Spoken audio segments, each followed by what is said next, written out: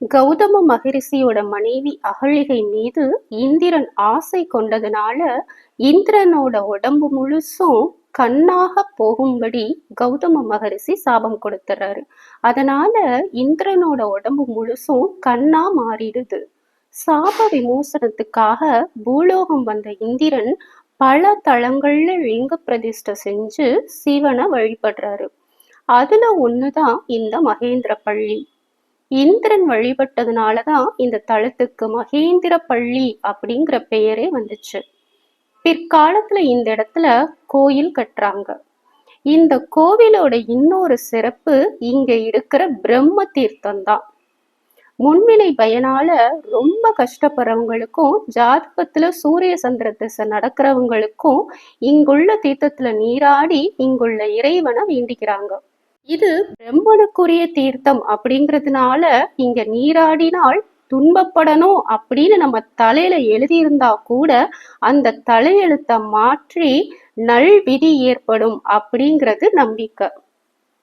அலங்கார பிரியரான திருமால அழகர் அப்படின்னு அழைப்பாங்க.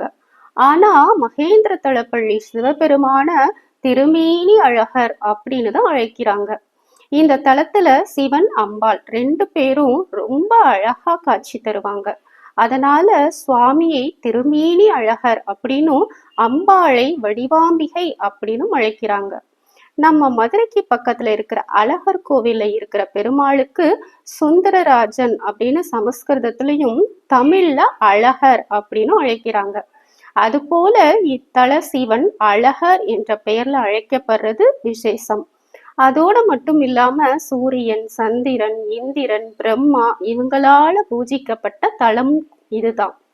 எல்லா சிவன் கோவில்லையும் சண்டிகேஸ்வரர் தியான நிலையில அமர்ந்திருப்பாரு.